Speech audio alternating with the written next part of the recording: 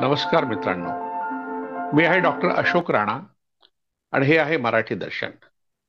आज आपण थोड्याशा वेगळ्या विषयाचा परिचय करून घेऊ.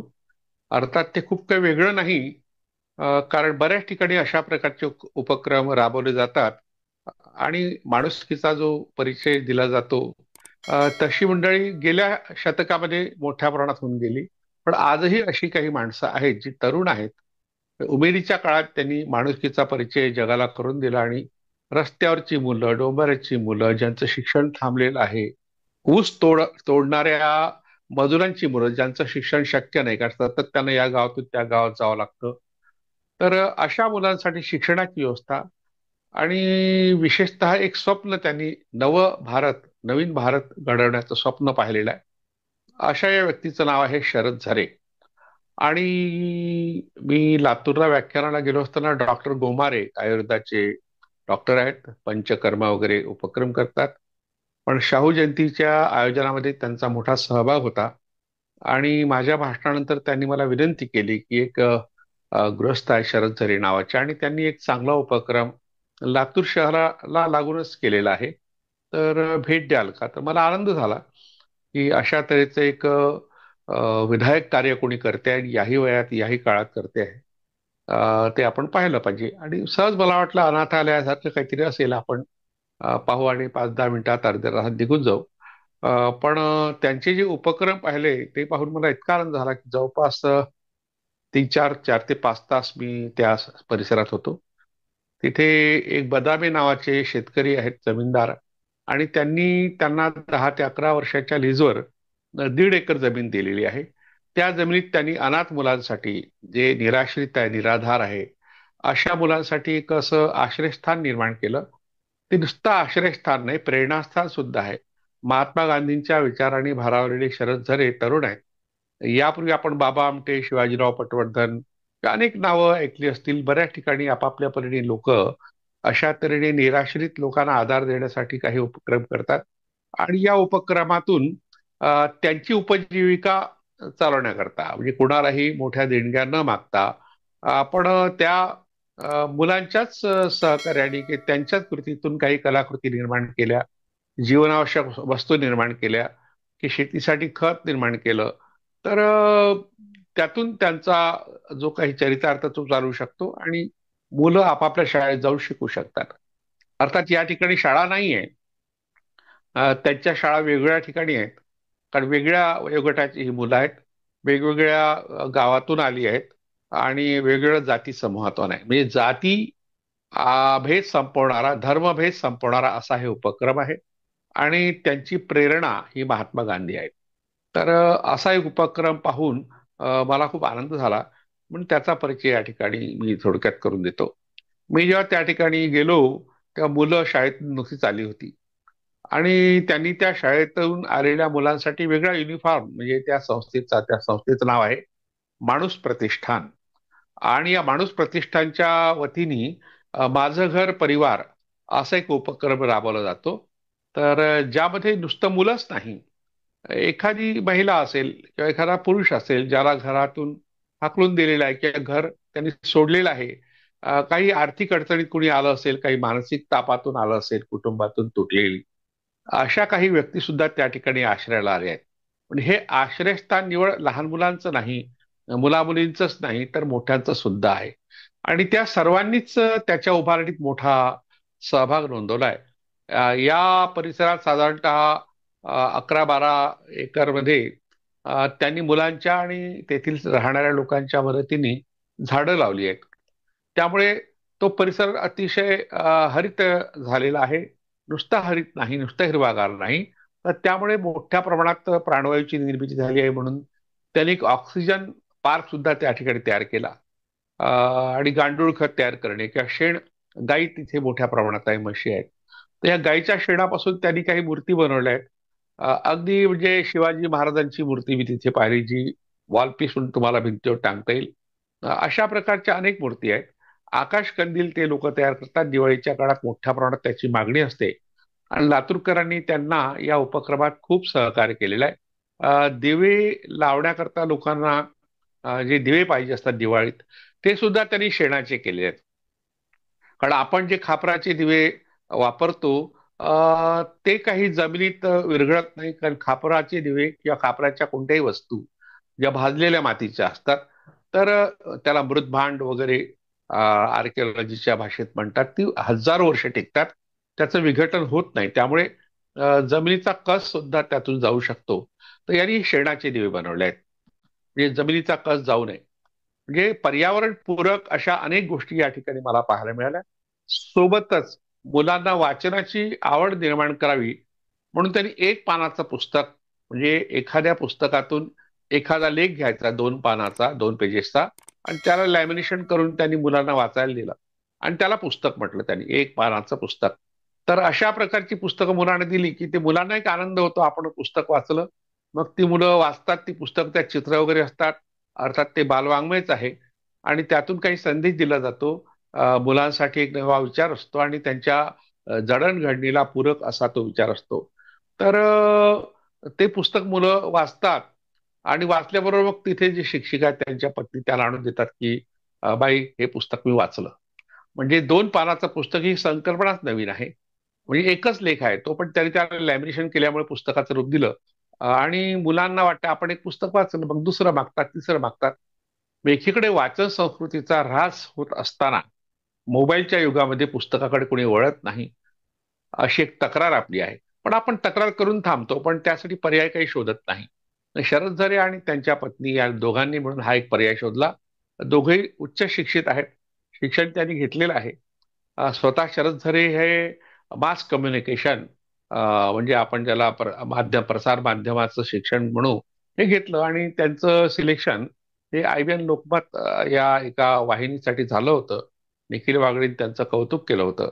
पण त्यांच्या गावात एका घटनेमुळे त्यांना असं वाटलं की पत्रकारितेपेक्षा आपण गावातल्या राजकारणाकडे वळूया. राजकारण आता समाजकंटकांचं झालंय, व्यापाऱ्यांचं झालेलं आहे. सर्वसामान्य माणसांचा राजकारणात सहभाग फारसा आता होत नाही, कारण सज्जन माणसं किंवा तत्ववादी माणसं त्यात शिरत नाही. पण काही तत्ववादी माणसं जर त्या क्षेत्रात शिरली तर मात्र राजकारण सुद्धा जे गढूळलेलं आहे ते शुद्ध होऊ शकतं. याचा एक आदर्श शरद झरे यांच्या या वागण्यातून, त्यांच्या प्रयोगातून दिसून आला. आणि त्या निमित्ताने मग त्यांनी राजकारणाचे जे काही बरे वाईट परिणाम होतात तेही भोगले. या सर्व गोष्टीवर मी त्यांच्याशी दिवसभर चर्चा केली काल. आणि येताना एक संदेश घेतला की एक विधायक काम एक तरुण करू शकतो. आजची पिढी ही सुद्धा विधायक काम करू शकते, आणि महात्मा गांधींचा विचार आजही तेवढाच प्रासंगिक आहे. साने गुरुजींच्या ज्या काही विचारांचं जे काही लेणं आहे, की जो काही आपला ठेवा आहे, तो त्यांनी जपलेला आहे. आपण आज पाहतो की महात्मा गांधींची टिंगलटवाळी करणारा वर्ग तयार झालेला आहे. साने गुरुजींची टिंगलटवाळी करणारा वर्ग तयार झालाय. पंडित जवाहरलाल नेहरू यांच्याबद्दल चुकीची माहिती पसरवली जाते आहे. राष्ट्रीय आंदोलन जे आहे त्याबद्दलही चुकीची माहिती पसरवली जाते आहे. हे सगळे गैरसमज दूर करण्याकरता निवड भाषणे देऊन चालणार नाही, तर नवीन पिढीला आपल्यासोबत घ्यावं लागेल. ही पिढी फक्त तयार झालेली नको, तर तयार करायला आपण त्या पिढीपर्यंत पोहोचायला पाहिजे. तर ही नवीन पिढी घडवण्याकरता त्यांनी लहान मुलं ज्यांना ते अ, त्यांचे आईवडील शिकवू शकत नाही, ते ज्यांना आईवडीलच नाही मुळात, अशा निराधार मुलांना एकत्र केलं आणि त्यांच्यावर संस्कार करण्याकरता त्यांनी काही उपक्रम सुरू केले. तर मी त्यांना एक प्रश्न विचारला होता की तुम्हाला हे सुचलं कसं, अर्थात ते व्हिडिओत आपण पाहणारच आहात तो प्रश्न आणि त्याचं त्यांनी दिलेलं उत्तर. तर तेव्हा त्यांनी सांगितलं होतं की मी पुण्यात असताना, शिकत असताना एक डोंबाऱ्याचा खेळ पाहत होतो. एक लहानशी मुलगी, 4 वर्षाची मुलगी, त्या ठिकाणी दोरीवरून ती कसरती करत होत्या. म्हणजे अर्थात डोंबाऱ्याच्या घरी हे शिक्षण लहानपणापासूनच दिलं जातं, त्यामुळे आपल्याला ते आश्चर्य वाटतं की 4 वर्षाची मुलगी कसं काय करेल. तर त्यांनी एक स्वप्न पाहिलं की भारत हा इतका मोठा देश आहे आणि मोठ्या प्रमाणात साधन संपत्ती या ठिकाणी आहे, पण ऑलिम्पिकमध्ये आपलं स्थान काही अव्वल अजून नाही. म्हणजे ऑलिम्पिकमध्ये जाण्या इतपत क्षमता असून सुद्धा अनेकांना संधी मिळत नाही, अनेकांना प्रोत्साहन मिळत नाही, आणि अवतीभोवतीचं वातावरण त्याला पूरक नसतं. घरातूनच मुळात प्रेरणा मिळत नाही. विशेषतः मुलींच्या बाबतीत हे घडतं. म्हणून त्यांनी त्या डोंबाराच्या मुलीला पुढे शिकवायचं आणि एक उत्तम खेळाडू करून ऑलिम्पिकमध्ये भारताचं नाव कमवायचं, चमकवायचं, असं एक स्वप्न पाहिलं. मुळात त्यांना हे स्वप्न सुचलं ऑलिम्पिकच्या ह्या स्पर्धेतून. पण त्यांनी मग अनेक मुलं गोळा केली, त्यांना लाठीकाठ शिकवलं, त्यांना लेझिम शिकवली, अनेक खेळ शिकवतात त्या ठिकाणी. आणि विशेषतः अनेक मुलं तिथे चित्र काढतात, खडूची चित्र. तिथे महात्मा बसवण्णा, महात्मा चक्रधर, छत्रपती शिवाजी महाराज, स्वामी विवेकानंद, डॉक्टर बाबासाहेब आंबेडकर, महात्मा ज्योतिबा फुले, राजर्षी शाहू छत्रपती, या सगळ्या महामानवांची चित्र त्याने भिंतीवर काढली आहे. अर्थात त्या भिंती तात्पुरत्या आहे, कारण ही जमीन त्यांच्या मालकीची नाही. पण त्यांनी त्या भिंती उभारल्या, सिमेंटच्या ब्लॉकमधून. काही ठिकाणी त्यांनी टिनाच्या द्वारे भिंती उभारल्या. छप्पर सुद्धा असेच तात्पुरते आहेत, पण कायमस्वरूपी बिल्डिंग त्या ठिकाणी कोणतीही नाही, कारण त्यांना केव्हाही ती जागा सोडावी लागू शकते. पण अशाही परिस्थितीत त्यांनी हार मानली नाही. मी त्यांना म्हटलं, तुम्हाला आता 6 वर्ष होऊन गेली आहेत, या ठिकाणी ते 6 वर्षापासून आहेत, आणि 5 वर्ष शिल्लक आहे. 11 वर्षाचं त्यांना लीजवर ही जागा मिळाली, 1 रुपयाच्या लीजवर, म्हणजे नगण्य अशी रक्कम. फक्त कायदेशीर बाब म्हणून बदामे नावाचे तिथले एक मोठे नेते आहेत, त्यांनी ती दिली. तर ते म्हणाले की खूप मोठा काळ आहे 5 वर्षाचा. म्हणजे आपल्याला 10 ते 11 वर्षाच्या लीजवर दिलेल्या जागेवर सुद्धा आपण उत्तुंग भरारी घेऊ शकतो आणि नव्या पिढीला घडू शकतो, हा आत्मविश्वास त्यांच्या बोलण्यातून मला दिसला. तर मी गेलो, त्या मुलं शिकत होती, वाचत होती, आणि गेल्यावर त्यांनी माझं स्वागत फार वेगळ्या पद्धतीने केलं. आणि नंतर मग त्यांचे खेळ पाहिले मी. खेळ पाहिल्यावर त्यांनी ज्या तऱ्हेच्या टाळ्या वाजवल्या, टाळ्यांचे प्रकार, फटाक्याची टाळी, बॉम्बची टाळी, त्यांचे स्वागताचे अनेक प्रकार पाहिले, तर मला खूपच आश्चर्य वाटलं. म्हणजे स्वागत करायचं आहे. एक जोरदार स्वागत आहे. 1 2 3 स्टार्ट.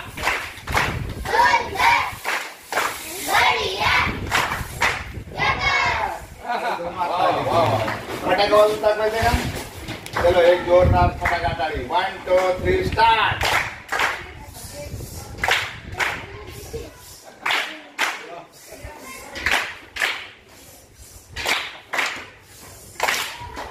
आवाज सर बॉम्ब पडायचे का?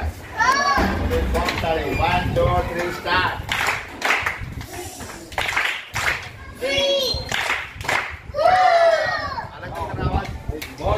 म्हणजे एखाद्या माणसामध्ये सर्जनशीलता असली, नवनिर्मिती क्षमता असली, तर कोणत्याही क्षेत्रात ती व्यक्ती गेली तर आपली छाप पाडू शकते. याचा हा उत्तम नमुना मला पाहायला मिळाला. आणि ते गावकऱ्यांना सुद्धा दूध पुरवू शकतात, अनेक वस्तू पुरवू शकतात, गांडूळ खतासारखं खत पुरवू शकतात. म्हणजे इथे येऊन अनेकांनी आपले वाढदिवस साजरे केले आहेत. त्यांनी सांगितले, एका व्यक्तीचा 75वा वाढदिवस साजरा करायचा होता, आणि त्यांनी जागा निवडली, आणि त्यांना खूपच आवडलं, कारण साधारणतः 7-8 किलोमीटर दूर शहरापासून अशी ही जागा आहे. म्हणजे आपण नांदेडहून नांदेडकडे जेव्हा जातो, लातूर ते नांदेड या मार्गावर ही जागा आहे. खूप काही आत सुद्धा नाही, 1-1.5 किलोमीटर आत आहे.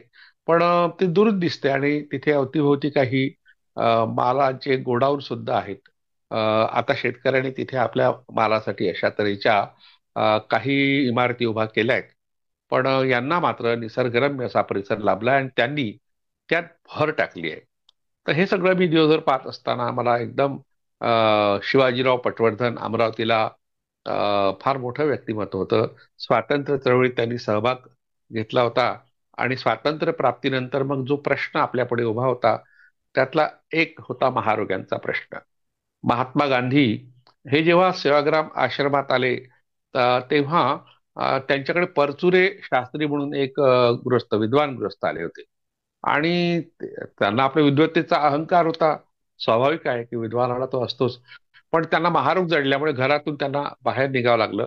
पण महात्मा गांधींनी त्यांना एक कुटी तयार करून दिली. आजही आपण सेवाग्रामला गेलात तर त्या ठिकाणी परचुरे शास्त्रींची कुटी आहे, आणि महात्मा गांधी रोज संध्याकाळी त्यांची सेवा करत असत. त्यांची जी प्रार्थनेची वेळ आणि परचुरे शास्त्रींच्या सेवेची वेळ त्यांनी कधी चुकवली नाही. अगदी पंडित जवाहरलाल नेहरूंचा जरी फोन आला तर ते त्या काळात ते फोन घेत नसत. प्रार्थनेच्या वेळेस ते कुठे जात नसत, आणि कुठेही गेले तर त्यावेळेस ते या ठिकाणी उपस्थित राहत असत. त्याचप्रमाणे परचुरे शास्त्रींची आपल्या हाताने सेवा करणं हे ते आपलं कर्तव्य महात्मा गांधींनी मानलं. आणि तेव्हा मग कुंदर दिवाण सारखे त्यांचे शिष्य तयार झाले. त्यांनी तशाच प्रकारचे एक ठिकाण जवळच, सेवाग्रामच्या जवळ निर्माण केलं. विनोबा भावे हे विद्वान होते, संस्कृतचे पंडित होते. ते महात्मा गांधींच्या सत्याग्रहाच्या चळवळीमध्ये पहिला सत्याग्रही म्हणून त्यांचं नाव होतं. आणि महात्मा गांधींनी ते पाहिलं की हा विद्वान व्यक्ती आहे, संस्कृतचा पंडित आहे, गीता मुखोद्गत असणारी ही व्यक्ती आहे आणि विशेषतः पदवीधर आहे. तर महात्मा गांधींनी त्यांना सहज प्रश्न केला की आता मी इंग्रज सरकारच्या विरोधात हा जो लढा आहे किती दिवस चालेल काही सांगता येत नाही. तर अशा वेळी तुमचं हे तारुण्य तुम्ही वाया कशाला घालवता? म्हणजे तुमच्याकडे पदवी आहे, तुम्ही नोकरी करू शकता. आता त्या काळात पदवी म्हणजे 100 वर्षापूर्वी एखादा पदवीधर येतो आणि महात्मा गांधींकडे पहिला सत्याग्रही म्हणून आपलं नाव नोंदवतो, तेव्हा महात्मा गांधींना आश्चर्य वाटणं स्वाभाविक होतं. पण जेव्हा विनोबांनी हे महात्मा गांधींचं वचन ऐकलं, तेव्हा त्यांनी आपली पदवी त्यांच्या समोरच फाडली. तेवढं आता ह्या पदवीची मला गरज नाही, फक्त तुमच्यासोबत मी राहील. अशा प्रकारचे त्यागी लोक, त्यागी माणसं महात्मा गांधींच्या अवतीभोवती होते. 2 एक वर्षापूर्वी डॉक्टर अभय बंग हे यवतमाळला आले. ते माझे जुने मित्र आहे, कारण त्यांच्या सर्च या संस्थेमध्ये 1987 मध्ये मी गेलो होतो. तेव्हा ते नुकतेच त्या ठिकाणी गडचिरोलीला गेले होते आणि मी 10 दिवसाचं एक पथनाट्य शिबिर घेतलं होतं. त्यामुळे त्यांचा संबंध माझा निकटचा आला आणि राणी बंग ह्या सुद्धा स्वतः सेवा देत होत्या. त्या दोघांनाही महाराष्ट्र भूषण पुरस्कार मिळालाय आणि विशेषतः राज्याचं जे आरोग्याचं जे समिती किंवा पथक आहे त्याला सल्लागार म्हणून ते काम करीत राहतात. एक मोठं व्यक्तिमत्व आहे. त्यांनी गोष्ट मला सांगितली. ती गोष्ट मला इथे सांगणं आवश्यक वाटतं, कारण त्यांचे वडील हे महात्मा गांधींचे फार जवळचे सहकारी होते. त्यांचं नाव ठाकूरदासजी बंग. तर ठाकूरदासजी बंग यांना अमेरिकेत एक नोकरीची ऑफर आली होती. आता अमेरिकेसारख्या मोठ्या देशामध्ये नोकरी, प्राध्यापकाची नोकरी, कारण ते अर्थशास्त्राचे पदव्युत्तर झालेले एक विद्यार्थी होते आणि स्वाभाविकपणे त्या काळात नोकरी लागणं काही कठीण नव्हतं. तेव्हा महात्मा गांधींकडे ते परवानगी घ्यायला गेले की मला आता अमेरिकेला बोलवणं आलं आहे, नोकरीची ऑफर आहे, तर मी जाऊ का? तर महात्मा गांधी त्यांना म्हणाले की तुमची गरज भारतातच आहे, कारण भारतात अशा प्रकारच्या प्रशिक्षित सुशिक्षित व्यक्तींनी जर सेवा दिली तर इथली प्रजा, इथला जो समुदाय आहे, लोकसमुदाय, तो सुशिक्षित आणि सुजाण होऊ शकेल. हे ऐकल्याबरोबर त्या ठाकूरदासजी बंगनी त्यांना दिलेली ऑर्डर फाडून टाकली. ठाकूरदासजी बंगची ही आठवण सांगताना अभय बंग म्हणाले की तुम्हाला इतकी चांगली संधी होती अमेरिकेत शिकण्याची, कारण पुढच्या काळात ठाकूरदासजी बंग ही मुलं आणि सून राणी बंग आणि अभय बंग दोघे अमेरिकेला शिकून MS मास्टर ऑफ सर्जरी ही पदवी घेऊन आले. तर ठाकूरदासजी बंगनी उत्तर दिलं, महात्मा गांधी सेवाग्रामला होते. बापू कुटी त्या ठिकाणी आपण गेलो समजा सेवाग्रामला, तर बापू कुटी पाहायला मिळते. आपण एखादा भाग सेवाग्रामवर सुद्धा घेऊ. तर या सेवाग्रामला एका कुटीमध्ये ते राहत होते, एका गावात राहत होते, खेड्यात राहत होते. जर ते राष्ट्रपती भवनात राहायला गेले असते, म्हणजे दिल्लीला राहायला गेले असते किंवा पंतप्रधानाच्या सोबत म्हणजे जवाहरलाल नेहरूच्या सोबत राहायला गेले असते, तर मी त्यांचं नसतं ऐकलं.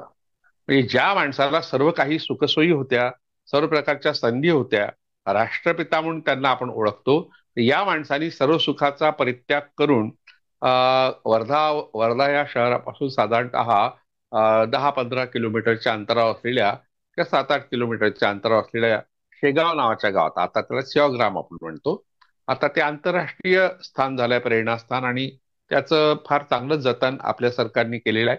तर तिथे ते राहिल्यामुळं ठाकूरदासजी बंगनी अमेरिकेत जाण्याचा विचार सोडून दिला. तर अशा प्रकारची ही उदाहरणं, विनोबांचं उदाहरण आहे, अशा अनेक विद्वानांचं उदाहरण आहे. जयप्रकाश नारायण सारखे त्यांचे सहकारी होते, त्यांनी सुद्धा कोणत्याही प्रकारच्या पदाचा आम्ही दाखवलं असताना सुद्धा, ऑफर दिली असताना सुद्धा स्वीकारलं नाही. अशी त्यागी लोकांची एक पिढी होती. त्यात शिवाजीराव पटवर्धन सुद्धा होते अमरावतीचे, आणि त्यांनी मग महात्मा गांधींचा आदर्श स्वीकारून महारोग्यांच्या सेवेसाठी तपोवन नावाची संस्था स्थापन केली. पुढील काळात त्यांच्या मुलींनी ती जबाबदारी स्वीकारली. पार्वतीबाई पटवर्धन त्यांच्या पत्नी ह्या सुद्धा त्या ठिकाणी होत्या. मी अमरावतीकर असल्यामुळे आम्हाला त्यांचा खूप आदर होता, गर्व होता. आम्ही वारंवार तिथे भेटी द्यायला जात होतो. आणि शाळेत असताना ट्रिपमध्ये जात होतो किंवा महाविद्यालयात असताना आम्ही ट्रिप घेऊन जात होतो. असं एक प्रेरणास्थान अमरावतीला तपोवन हे आहे. वरोरा, चंद्रपूर जिल्ह्यात वरोरा हे बाबा आमटे यांनी उभारलेलं आनंदवन हे सुद्धा असंच प्रेरणास्थान आहे. त्याही ठिकाणी मी खूपदा गेलो आहे. तर ही दोन माणसं महात्मा गांधींच्या प्रेरणेनी सेवेकडे वळलेली, महारोग्यांच्या सेवेकडे वळलेली ही माणसं पारी. नंतर मग एकनाथराव हिरुडकर अमरावतीला होते. ते सुद्धा लहान मुलांसाठी अशा तऱ्हेने शिबिर घ्यायचे आणि त्या मुलांना राष्ट्रीय कार्यात कसं आणता येईल किंवा समाजकार्यात कसं आणता येईल, शिक्षण सांभाळून सुद्धा अशा काही व्यक्ती मी पाहिल्या आणि त्या सगळ्या व्यक्तींसोबत काम करण्याची संधी मला बरेचदा मिळाली. तर आज म्हणजे अशा बदलत्या काळामध्ये जिथे राजकारण हा व्यापार झालेला आहे, सेवा नाही आहे, आणि विशेषतः नैतिकता राजकारणात काही राहिलेली ती केव्हा ढासळली, आणि पक्षांची सुद्धा ओळख राहिलेली, माणसांची, राजकीय व्यक्तींची ओळख राहिलेली, असा एक दिशाहीन आणि चेहराविहीन अशा प्रकारचं राजकारण आपण पाहतोय, आणि समाज मात्र काहीही करू शकत नाही. नैराश्य समाजामध्ये आले आहे. अशा काळामध्ये एखादी व्यक्ती काहीतरी नवीन करू पाहत आहे, आणि त्या करण्यामध्ये एक प्रेरणा आहे, आणि त्यात महात्मा गांधींची प्रेरणा आहे. त्यांनी मला आवर्जून सांगितलं की महात्मा गांधींच्या व्यक्तिमत्वाने मी भारावून गेलो, आणि त्यामुळे मला काहीतरी करावंसं वाटलं. राष्ट्रसंत तुकडोजी महाराज हे सुद्धा महात्मा गांधींच्या कार्याने, त्यांच्या विचारांनी भारावून गेले होते, आणि त्यांनी मग ग्रामगीता लिहिताना महात्मा गांधीचा ग्राम स्वराज्य हा ग्रंथ समोर ठेवला, महात्मा गांधीचं कार्य समोर ठेवलं. पुढे त्यांनी महात्मा गांधीवर काव्य सुद्धा लिहिलं आहे. तर अशा तऱ्हेने म्हणजे महात्मा गांधी हे सर्वांचं प्रेरणास्थान असताना आजची काही मंडळी त्यांच्याबद्दल विकृत माहिती समाजामध्ये पसरवत आहेत, आणि चुकीची माहिती पसरवत आहेत, अनैतिहासिक माहिती पसरवत आहेत. अशा काळामध्ये एक आशादायी वातावरण शरद झरे यांच्या निमित्ताने मला काल पाहायला मिळालं. म्हणून आपण त्यांनी काय काय त्या ठिकाणी उपक्रम केला ते थोडक्यात या ठिकाणी पाहू. तर मला एक गंमत वाटली की साधारणतः 8, 10, 12, 15 वर्षापर्यंतची मुलं आणि काही मुली सुद्धा त्या ठिकाणी लेझिम खेळत होती. त्यात एक लहानसा मुलगा होता, साधारणतः त्याचं वय 5-6 वर्ष असेल. तर तो लेझिम खेळत असताना त्याची लेझिम तुटली. लेझिम तुटल्यावर सुद्धा तो तक्रार करत बाहेर निघाला नाही. तर तो लेझिम कशी असेल मुळात तशाच प्रकारचे हावभाव करत आपला जो कार्यभाग आहे, लेझिम नृत्य म्हणते त्याला, लेझिम हे नृत्य प्रकार सुद्धा आहे, तर तो करत होता. नंतर मग शरद झरेंनी ती लेझिम घेतली दुरुस्त करायला, तर तेव्हा सुद्धा मुलगा तिथून हलला नाही, तसेच हावभाव करतात जणू काय त्याच्याकडे लेझिम आहे. तर हे मला सूचक वाटलं की लहानसा मुलगा आहे, 5-6 वर्षाचा असेल कदाचित तो, आणि मला वाटतं तो त्यांचाच मुलगा होता. तर तो तिथून हलला नाही. म्हणजे आपल्यावर आपत्ती आली असताना सुद्धा आपण कोसळून न जाता त्याच ठिकाणी स्थिर राहिला पाहिजे, अडीग राहिला पाहिजे. अशा प्रकारचा संदेश नकळतपणे त्या मुलांनी त्याच्या कृतीतून दिला. मला खूप आनंद झाला. या सगळ्या दृश्यांना आम्ही चित्रीकरण केलं. आमचे एक मित्र आहेत, ते ड्रायव्हर म्हणून सोबत राहतात, गणेश ठामके यांनी हे चित्रण केलंय. तर आपण हे चित्रण, त्यांचे फोटोग्राफ आणि शरद झरे यांची मुलाखत याच्या साह्याने हा सगळा भाग आता पाहूया. तर यातून आपल्याला प्रेरणा मिळेल, निश्चित प्रेरणा मिळेल अशी मला खात्री आहे. तर चला आपण आता पहिल्यांदा मुलांचे काही उपक्रम पाहू, आणि त्यातले त्यात त्यांनी दिलेल्या घोषणा त्या सुद्धा प्रेरणादायी आहेत. आणि शरद झरे यांना मी काही प्रश्न विचारले होते, त्या प्रश्नाच्या उत्तरात त्यांनी जी मुलाखत दिली ती मुलाखत सुद्धा प्रेरणादायी आहे. या सगळ्या गोष्टी आपण या भागात पाहूया. आपली भेट झाली शरद झरे सर, आणि एका विशिष्ट ध्येयाने प्रेरित होऊन त्यांनी मुलांसाठी, लहान मुलांसाठी एक असं आश्रयस्थान तयार केलं की त्यात मुलं स्वावलंबी आहेत आणि ते स्वतःच जे काही त्यांची ज्या गरजा आहेत त्या पुरवण्याकरता काम करतात, त्यातून आपलं शिक्षण घेतात आणि त्यांच्या पोटापाण्याचा प्रश्न जो तो मिटवतात. तर सर, मला प्रश्न असा की तुम्हाला सुचलं कसं? तर नमस्ते. माझं घर या प्रकल्पामध्ये सर स्वागत करतो. खरं तर गेल्या 20 वर्षापासून मी जी वेगवेगळ्या प्रकारच्या कामात आहे. वयाच्या 22व्या वर्षी मी इथे गावचा सरपंच होतो. कॉलेजला असतानापासून मला वाचनाची आवड होती. गांधी माझ्या वाचनात आले आणि त्यांनी गांधी असं म्हणायचे की खेड्याकडे चला, खरा भारत आपल्या खेड्यामध्ये आहे, तिथले प्रश्न आहेत मोठ्या प्रमाणात, तर तरुण मुलांनी गावाकडे जावं असं तुमच्यासारखी अनेक माणसं सातत्यानं सांगतात. गांधींनी सांगितलं, त्या काळातल्या प्रत्येक लोकांनी सांगितलं. म्हणून मी ठरवलं की गावात जाऊन काम करायचं, आणि गावात गेलो, छान काम केलं, आणि अत्यंत कमी वेळामध्ये गावातल्या लोकांनी मला सरपंच केलं. त्या काळात मी महाराष्ट्रातला तरुण सरपंच म्हणून काम केलं. परंतु राजकारणामध्ये जो काही मला त्रास झाला, तिथल्या व्यवस्थेसोबत जे काही मॅनेज करून जे काही राजकारण चालतं आहे, आज आपण सगळेजण बघतोय, ते काही मला त्या काळामध्ये जमलं नाही. अत्यंत चांगलं काम केलं, 90% गाव माझ्यासोबत आहे. तरीही मी 2 वर्षानंतर गाव सोडलं. लातूर जिल्ह्यामध्ये वृक्ष चळवळ चालवली. ऑक्सिजन नावाच्या ग्रुपच्या माध्यमातून 240 गावातून वृक्षारोपण केलं. बिंदू शस्त्रक्रियेच्या माध्यमातून 4200 लोकांचे ऑपरेशन केले.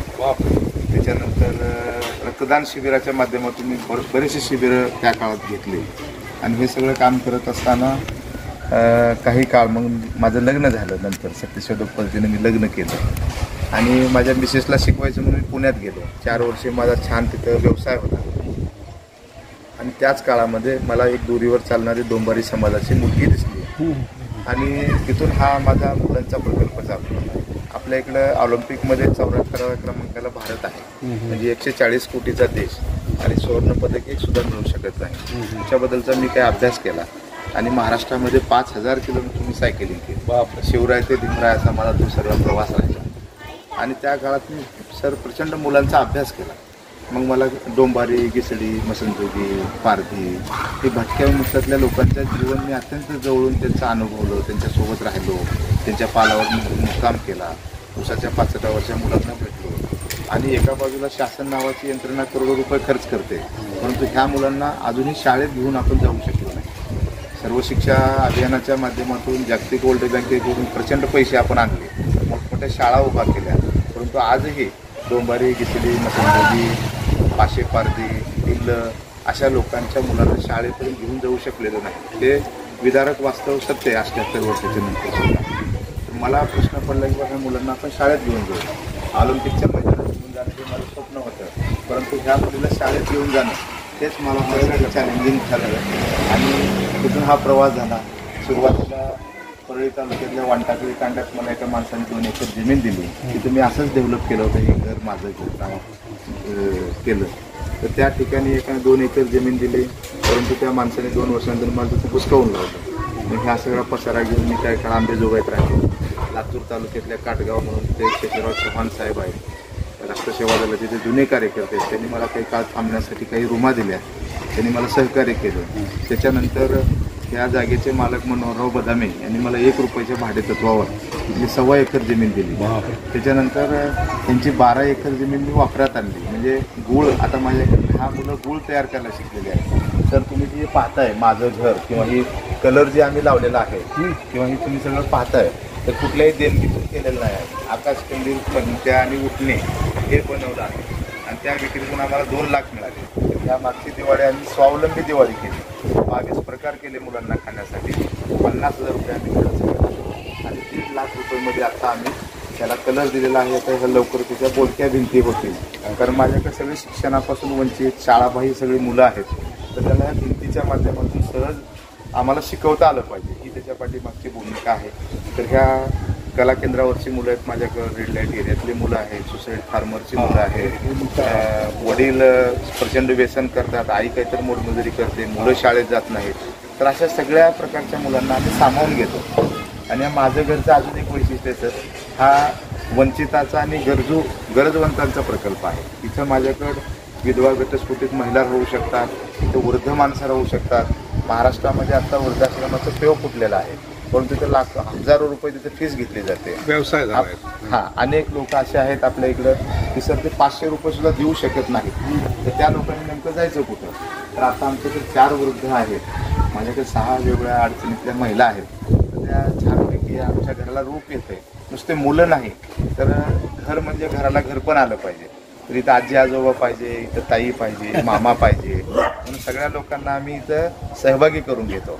आणि एवढंच नाही तर तुमच्या माध्यमातून मी आव्हान सुद्धा करतो की आज ताणतणाव प्रचंड वाढलेला आहे. मी इथे एक अतिथी भवन केलेलं आहे. माझ्याकडे एक सिनियर कॉलेजचे प्राध्यापक घेऊन गेले, त्या वादामुळं सुसाईड करायच्या प्रयत्नात, परंतु त्यांना इथं माझ्यापाशी राहिल्यामुळं मुलांच्या सोबत ते साधारणतः 40-42 दिवस माझ्यासोबत राहिले.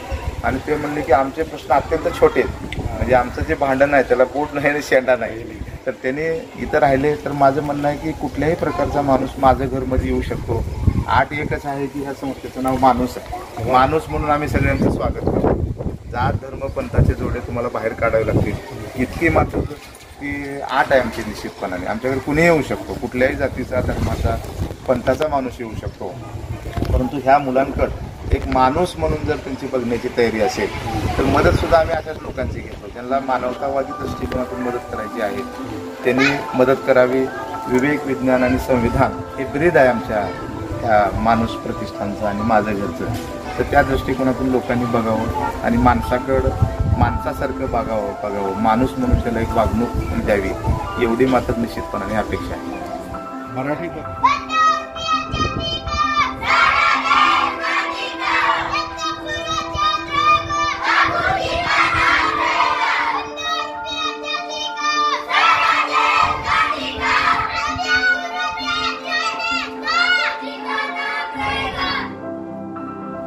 Yeah.